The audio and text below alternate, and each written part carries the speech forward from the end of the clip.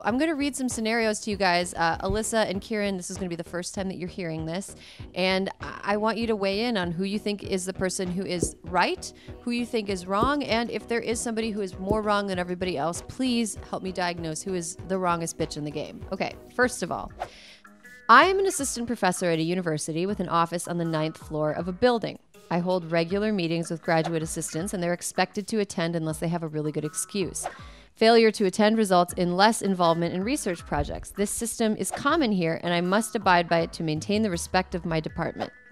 Today, unfortunately, the elevator is out of order. My assistant had surgery 3 weeks ago and has a brace. She asked if we could meet in a lower floor, a lower communal area. There are people who walk in and out of there, and I feel like it would be too distracting. I told her that meetings are always in my office as planned, and unless she had a statement from a physician that she could not go upstairs, I would not change the location or cancel the meeting.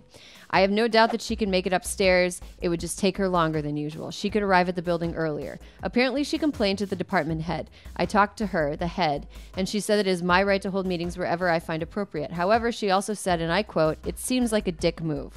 I was taken aback at the inappropriate language from my department head, and I'm considering filing a complaint against her with the ombudsman. Sounds like someone who will seek retaliation if she is so quick to make gender-based slurs against people.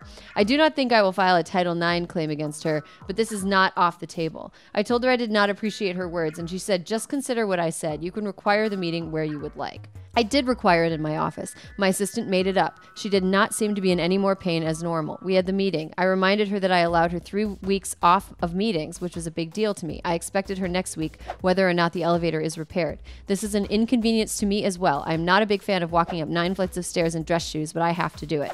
A colleague of mine told me he would have just met her downstairs, but he did not think I made a, quote, dick move. Another colleague told me that she would never have done what I did. I feel like they might be talking about me behind my back. Hopefully it is not the department head spreading rumors, but I will surely find out. I would like your opinions on my behavior, but also on the behavior of my department head, as I think most would agree that even if what I did was unconventional, what she did was much worse. Thank you in advance. It's like a basket of dicks. I mean, there's literally nowhere else. You guys couldn't meet at a library where you could like get, you know, where there's a first floor thing where you could have the kind of intimacy of the conference room office vibe that you want. You know, it seems pretty humane and reasonable for her to not want to climb 9 flights of stairs. And then, you know, hopefully this elevator's fixed in a week or 2. I don't know how things work on a university campus. You know, like what's going on with this elevator repair man? Where is he? It's not a real ADA compliant atmosphere. Exactly. I was thinking about that too. It's like, you know, I think that people who are disabled, whether temporarily or permanently, have a really hard go of it, especially when people are questioning whether or not they're actually disabled. Like this kind of it was like this guy is the sort of person who, if he saw somebody who had a disability that wasn't like totally visually evident, who was like, I can't climb stairs, he would be like, yes, you can. He would be just like the worst. He seems like he completely lacks empathy. The fact that he would compare him wearing dress shoes to somebody trying to walk up 9 flights of stairs in a knee brace, and the fact that he thinks that somebody calling him a dick is as bad as somebody else being forced to walk up 9 flights of or is worse than being forced to walk up 9 flights of stairs. It's like a complete lack of perspective.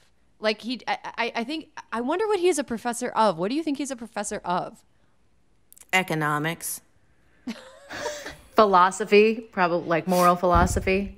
You think philosophy more? Oh, that would be ironic. Okay, so the Title IX complaint thing is really interesting to me because he seems to understand that rules against sexism exist, but he doesn't seem to understand how they apply.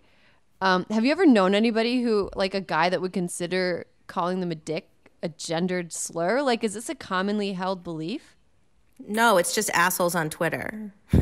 Like, I don't know a human that would do that. Just people whose personas I think would do it. Okay. So that feels like a troll move to you, Alyssa. A little bit, yeah. It's fucking stupid. I don't know why I'm so annoyed by this story. Okay, can we try to arrange them into the hierarchy of dickery? Dickery, yes, the hierarchy of dickery. Alyssa, you seem to be the most perturbed. Well, no, I mean, I think the answers are obvious, right? I think that the professor is a huge dick face. Like, he's a bad person. So I'd put him at number one.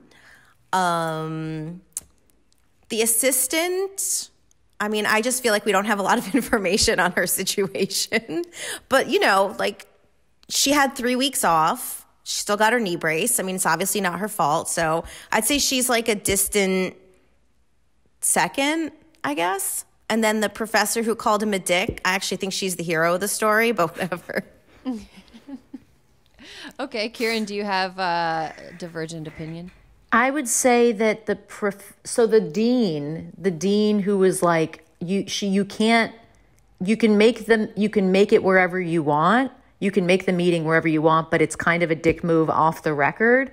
I think she's asshole but relatable, because she could have intervened in this nonsense, and she could have been like, yo, hold the meeting downstairs, or get a conference room, or like be a grown up. Like, just be a fucking grown up. Just understand that somebody's knee is like fucked up. I get it. You know, like, please just understand that. And she could have been the person who like kiboshed that with language that wasn't using the gendered term dick. And then this fucking guy, I do think the professor is kind of in this fucking guy range. It feels a little bit like it feels like someone who really is set, like needs to feel like a lot of like control to feel safe. It feels like he's trying to create an environment for himself where it's like, this is what's safe and this is what I know. And in doing that, it's like, it doesn't matter who else he kind of inconveniences, because that's the priority for what he needs to feel. And that can have a lot of casualties, right? I think that the people talking behind his back are kind of heroes. I like, because it's a little niggling, but that's mean. And then the girl, I don't think she falls into these categories. I'm going to put her. She's just trying to live. I put her in a neutral. I put her in a neutral third or fourth. Like, I put her in. She's outside of the paradigm. she's outside. She's outside of the box, baby. She's beyond the box. Okay, fair. I actually think that there's another entity in this scenario that we have kind of skipped over, and that's the university. The university leaving. I thought you were going to say the knee brace. No. The knee brace is the real asshole here. The knee. The human knee has not caught up to evolution, nor has our pelvis, but the knee is especially weak. People mess it up all the time. I've been running. This fucking guy. The human knee. Also, the university for not fixing the elevator for as long as it has been unfixed. Yes. That's the big one. The I mean, this woman had knee surgery, but there might be somebody who has a disability that's permanent, or that is longer lasting, or that is more severe, and they can't access upper floors of this building. It seems like it's on the university to make sure that the places that they have to be are accessible to everybody in the community, including people with disabilities. So, agree. So Kiran, I agree with you that the professor is this fucking guy. I agree, Alyssa, this fucking guy. I agree that the student is an innocent bystander.